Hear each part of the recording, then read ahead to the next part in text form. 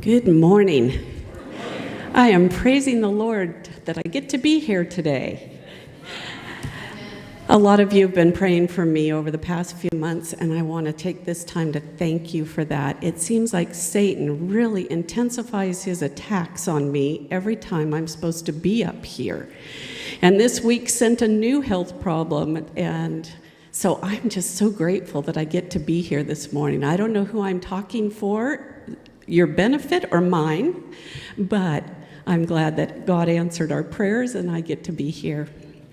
So do you remember last month we started on a topic about being careful of all the information that we're bombarded with? Anybody remember that talk? All the health information that we are just constantly exposed to, and how we can help sort of screen through that. Well, today I wanted to add to that because there is a word that is slapped on a lot of our products, our foods, medicines, supplements, and the word is natural. Doesn't that sound good? Natural just makes us feel good all over. But of course, there's some warnings with this word, and that's what I want to explore this morning. Natural, if you look it up in the dictionary, means existing in or caused by nature, not made or caused by humankind. That sounds great. So is everything in the grocery store that has natural slapped on it just sterling to that definition? Well, let's take a look. There's two major agencies in our country that are tasked with protecting our food, and the FDA is one of them. And even though they have considered the term natural to mean that nothing artificial or synthetic has been included, they actually don't have any laws that they enforce about that. Now, isn't that a little scary? And they don't address how the food is produced, so they can have sprayed it with any kind of chemical they want to spray it with, and they still can call it natural. And the one last thing that scared me when I read their rules is that they do not consider whether the term natural really is healthy, whether that is a health benefit. So they can put natural on it, and it may mean nothing. I'm not going to read all this to you, but you're welcome to while I'm talking if you'd like. This is what the USDA has for guidelines for animal products. They actually have better rules for the animal products than the other products, is what my research discovered. So, of course, oh boy, I'm not doing good on that today. Wikipedia, of course, you have to go look there. And they say that in our country, that term is used very loosely for labeling and marketing.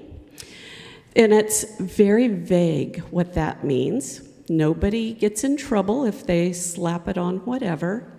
And that in other countries, they do acknowledge that that term is used and enforced, but not in our dear sweet country. So, why do people use it? Why do marketers and food producers want it? It's because we're so gullible.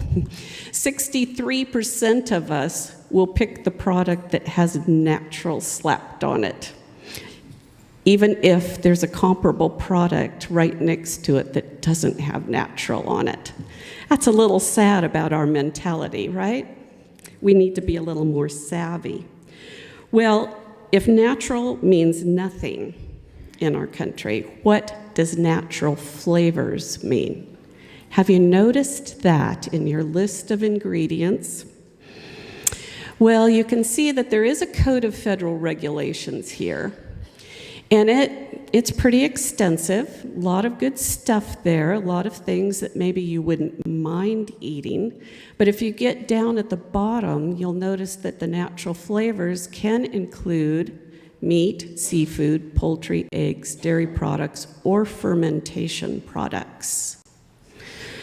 All right, and the sad thing is that natural flavors is the fourth most common ingredient listed on labels. And that's from a database of 80,000 foods.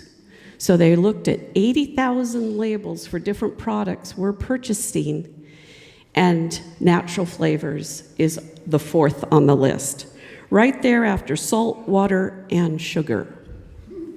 Okay? A good health list, right? So why do they do this? Why are they adding all these flavors? I did some research on that because it's like, okay, orange juice is one of the #1 products that has flavorings added to it. What's the matter with just plain orange juice, you say? Well, they have multiple purposes. One is to ensure uniformity, so that every jug of juice that you buy tastes just like the next jug of juice.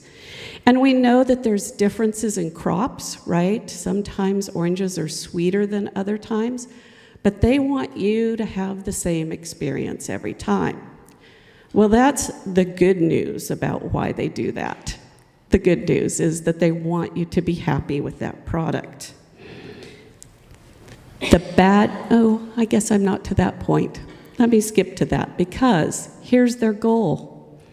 They want to make a short, intense flavor that quickly dissipates so you come back for more. Oh, talk about trickery, right? Oh, and I want to go back to this because we would think that natural flavors, if it says natural flavors, would be healthier for you than artificial flavors. That's actually inaccurate. As long as the base ingredient in that flavor contains a natural ingredient, they can add all sorts of solvents and preservatives. In fact, almost all flavorings contain 50 to 100 ingredients. Ugh, isn't that shocking? That you are consuming without even knowing it. Okay, so have I scared you?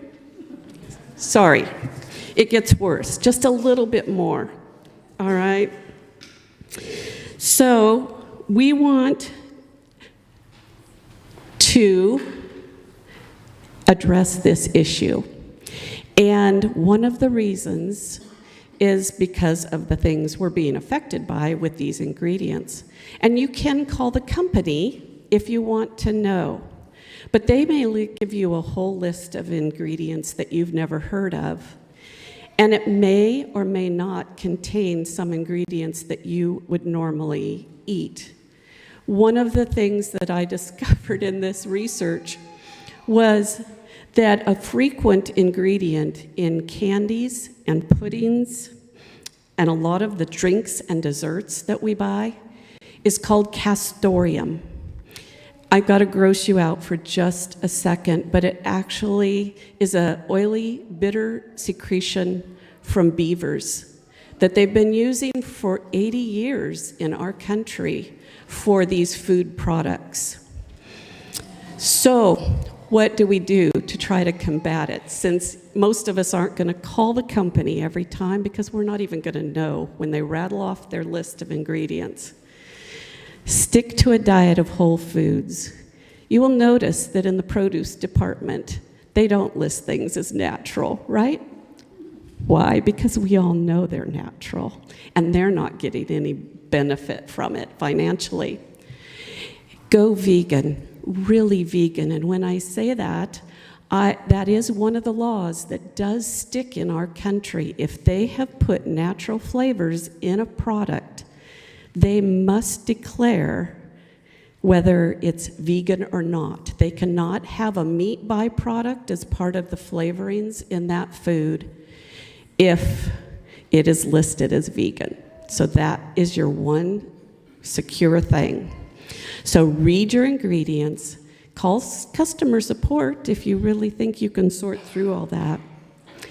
But I come back to this text, and this whole topic led me to our health text for today. Isaiah 55:2. Why do you spend money for what is not food, and your wages for what does not satisfy? Listen carefully to me and eat what is good, and let your soul delight itself in abundance. God has provided us tons of natural foods, really, truly natural foods that don't have any questionable ingredients. He made them just how we need.